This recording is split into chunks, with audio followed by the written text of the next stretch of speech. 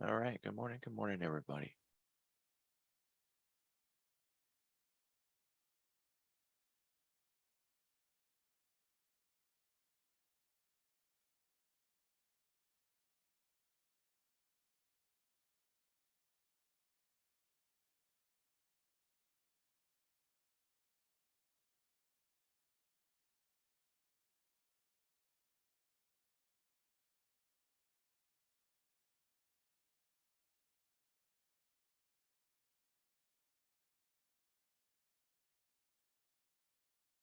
So we got Powell in DC over the next 2 days.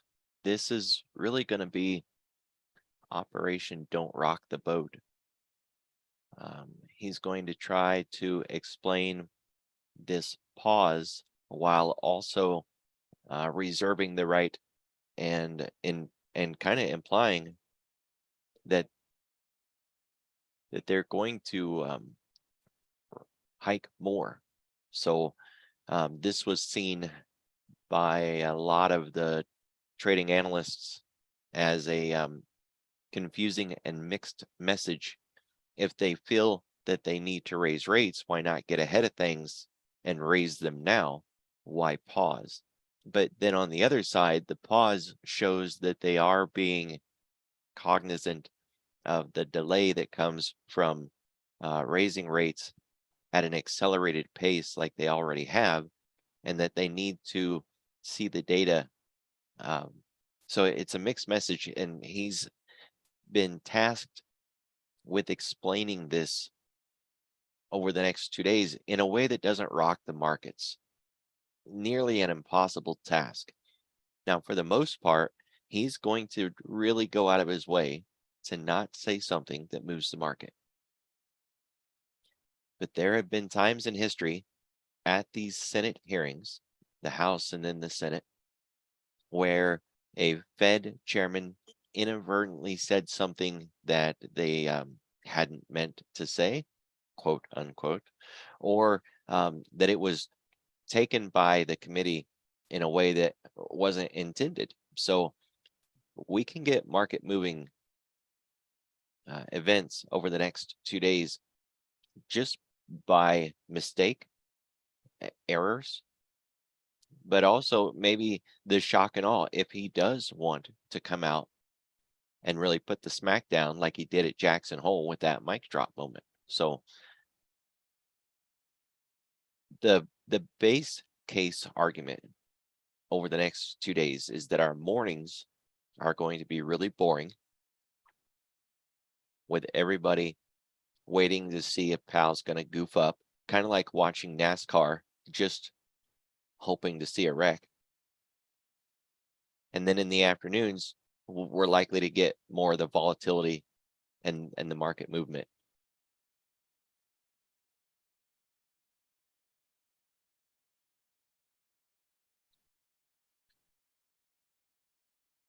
You can see that we do have other Fed speakers today, and that includes global speakers. So we got the European Central Bank, and then of course we got Powell. Goolsbee is going to be out speaking, and then we have additional auctions. And we got a duo team between Miser and Bowman. So, and there's a holiday for China, so that ought to affect you overnight traders.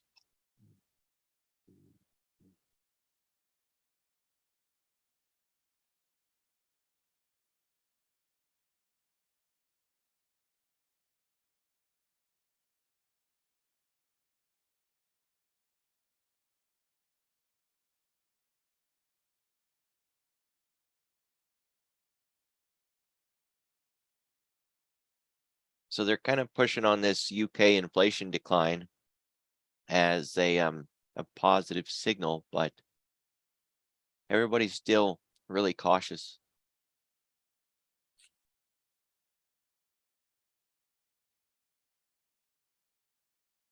Seen some calls for a higher dollar going into the end of the year. I thought that was pretty interesting. I was curious about the effects of that, and how much it's going to kind of weigh on this these end of year targets that we've been seeing for the S&P.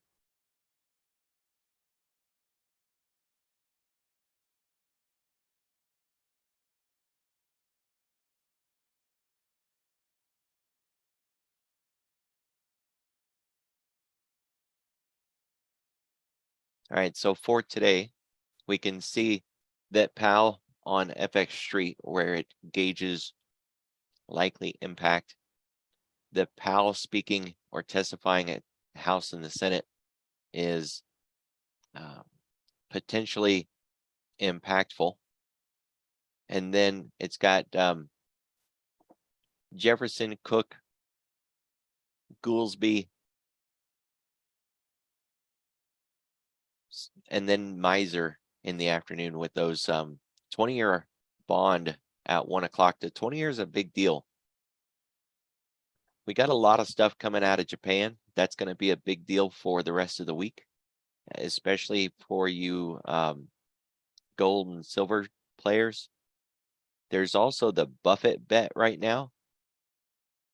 He just doubled down, and I want to say it was Icon, but maybe it was one of the other guys that somebody else followed him into Japan. So, you know, he took a front run on that. Others are now hopping on the bandwagon, but I think we're going to be seeing a lot more out of Japan as this quarter wraps up.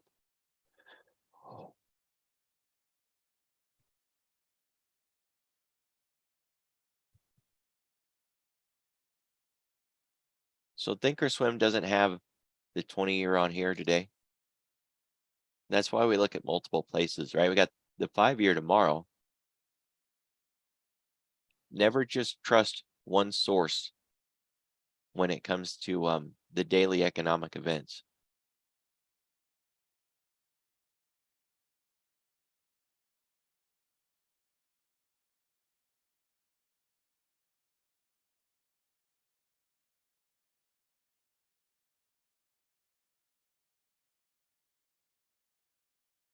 So we got a really narrow IB.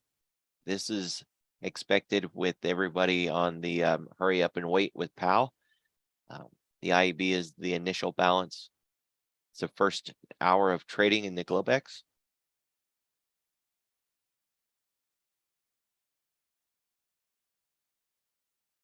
We had a little bit of a move between 2 and 4, the kill zone, but otherwise it's just a hurry up and wait.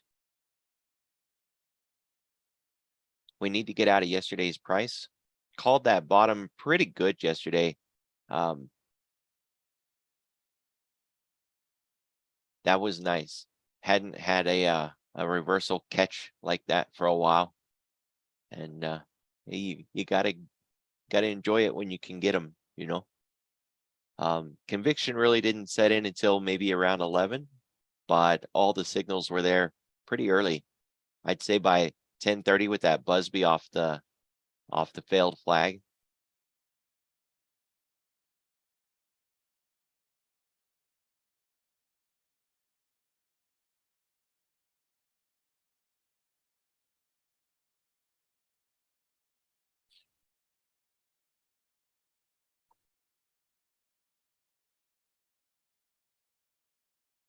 Yeah, that sounds about right.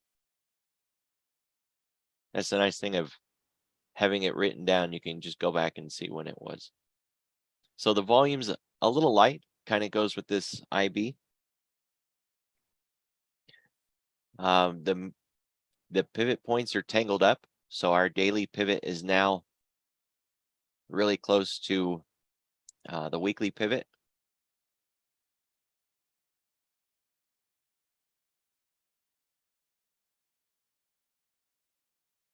We've got a long ways to go to get out of yesterday's price action. If you consider that 44.50 is really the level that we have to get through, and it's a voodoo line, it's also where a call wall exists. There's a lot of open interest right now there. It's just going to be a real fight. And unless we have something galvanize us and generate a push through that zone, I just can't see that we're going to get through 44.50 very easily. Not unless we got to get this pullback completed. So we had the start of a little bit of a recovery. Now we need to see this follow through.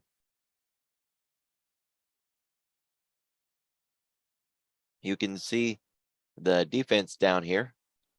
Every time we've gotten below that 44.30 zone, maybe 44.11, that they've done a good job of picking it back up again. 44.11 is a cog line.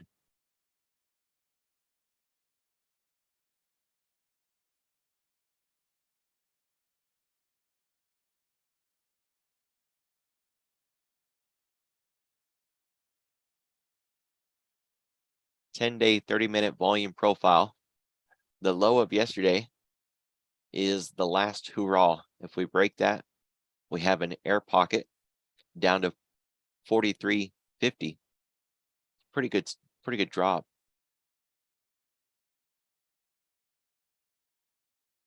We still have 4,400 as an area where we could turn around again. A correlated market is hitting something in that area, and it seems to turn us back.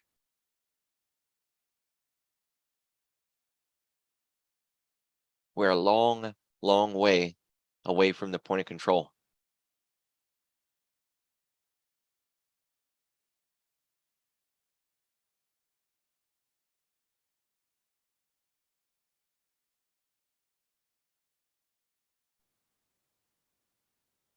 We've got a VPOC from Friday.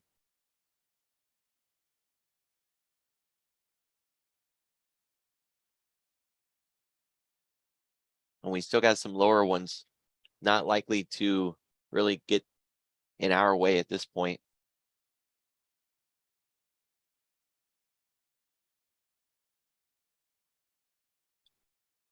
It's worth watching 44.20.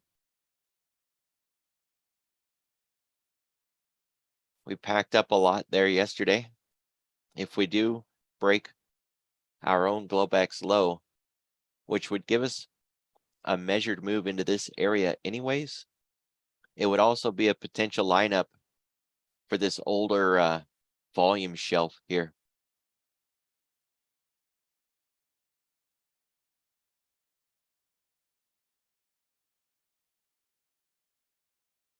We did nearly hit the weekly expected move yesterday. I would have liked it better if we had hit it. But it's still there, 44.05. It doesn't have to be hit. It's not a magnet or anything like that. And it's not a support or resistance. So, it's not designed to hold or interact with the market. It's more about closing inside of that range, right? A standard deviation implies that the data will be most inside of that range. 68 point blah, blah, blah. The S&P happens to go beyond that and gets closer to an 80%. So statistically, we're going to close inside that box way more than we're going to close out of it.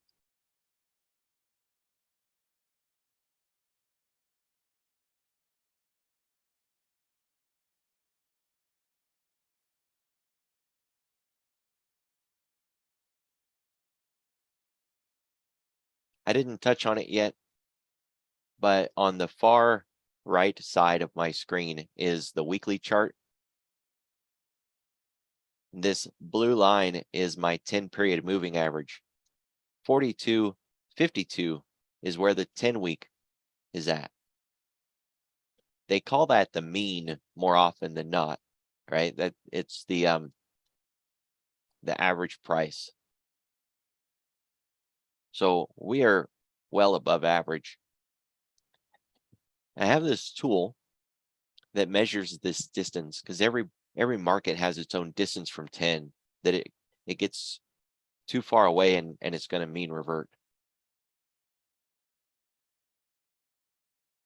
So when we use that tool, what we're asking is, have we moved so far and so fast that the market is nearly guaranteed to turn around and go back as a mean reversion play? It's not necessarily a timing tool, a way for us to define that now's the time that it's going to do that. But it's certainly helpful when it comes to the historical norms for any product. I just happen to use it here more than anywhere else. So for the ES and its distance from its 10-week moving average, what is too far? Well, we can see that it made it up to 8 at some point. That's a bit extreme. 5 seems to be the high end of the curve. When we get about 5% away from the 10-week, we've really gone too fast, too far. And we're going to get that pause or that mean reversion. We're sitting at a 3.6 and we're actually coming back down again, right? We had got to that 5% and then we paused. That was the pullback from last week, right? Now, this thing's a little messy and it's certainly not in perfect form. But if you keep your eye on that blue line back there, it tends to run in cycles, right? The cycles are easier to see when I set the indicator back to a daily, which right now it's looking at a weekly. So we come in here and edit this, put it to a daily. Now you can kind of see that sine wave.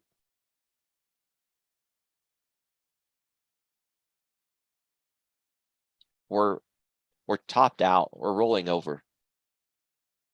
The rollovers aren't always so clear, right? They'll get shunted like that and just not make the completion, or we'll get a little double bottom like that, maybe a triple top like that. So it's not perfect, right? Sine waves in the market are they're just not. And this isn't a true sine wave. The point of this, though, is to show that we are beginning the cycle down. And that's a negative for momentum plays. It's a heads up for maybe some short-term call selling, things like that, right? It's not bearish. You don't want to go out and load the boat with puts. You don't want to try to short the market, but you could look for a pause in the acceleration of the upside move, right? And in a lot of those names that have really been ripping hard and fast, like Junior Tech and things like that, right? So we still get a pretty good value out of it.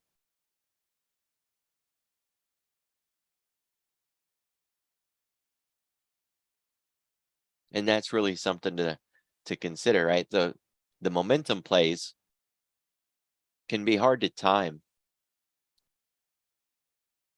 So, we want to bring in anything that we can that kind of gives us a leg up.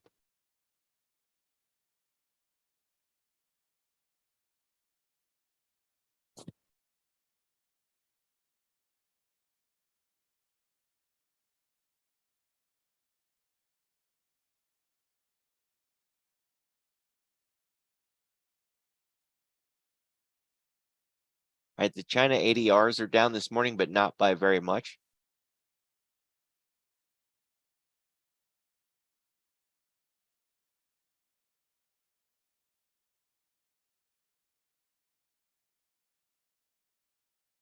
Nat gas is up more than 1.5. Bitcoin's up more than 3.25. That's not looking really good, right? If that's the best we got, Bitcoin and nat gas, oh boy.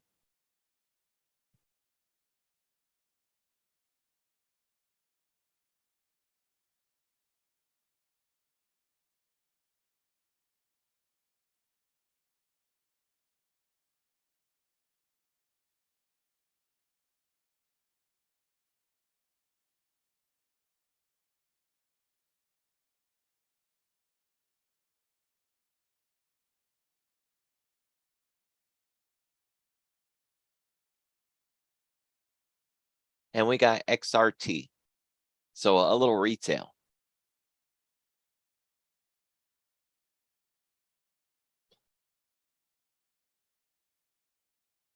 So this is really just reinforcing that consideration of the hurry up and wait that we're going to be in, right? That everybody's going to sit out waiting for Powell. And then after he's done, which should last to around 11 or so, after he's done, then we might start to get some pickup, but there's still a lot of Fed speakers on deck. And with those additional auctions, and they're important. I know they're all important, but I got a little bias for the 20-year and the 30-year. Or excuse me, the 10 and the 30. They're my go-tos. So when I see, particular bond auctions that hold a little more weight, watch the clock today. It's going to be a big deal. If you struggled with yesterday, realize that there were a couple opportunities, right? But these big runs, that's not trend. Sure, if you're in a small enough time frame, anything is trend, right? Even that right there is trend if I get to a small enough time frame. But we're talking about the time frame I'm on, and on this 5-minute, that's not trend. Trend has pullback. It's got two-sided trading. It is consistent and persistent with a uniform and recognizable shape. When you have back-to-back single candle punches non-stop with no pullback, nobody taking the other side, no institution at all trying to go against this move. It's just an impulse.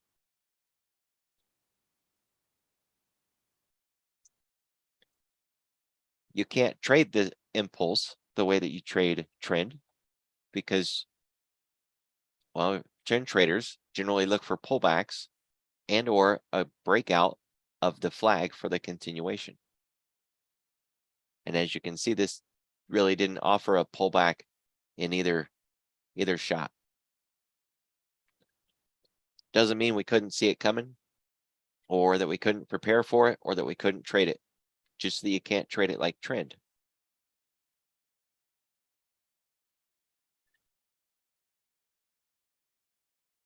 We could get more of this again today.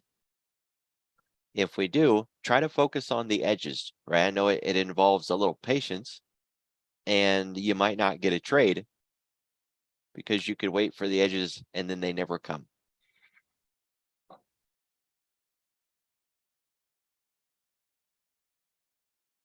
But that'll be your highest probability, highest conviction trade with the lowest LRE, low risk entry.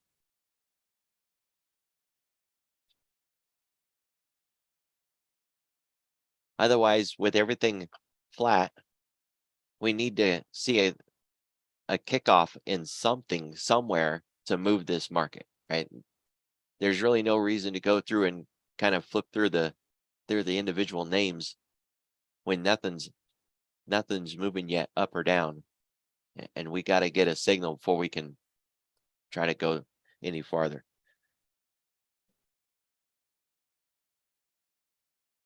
Everybody be careful, be safe, have a good one. I'll talk to y'all tomorrow.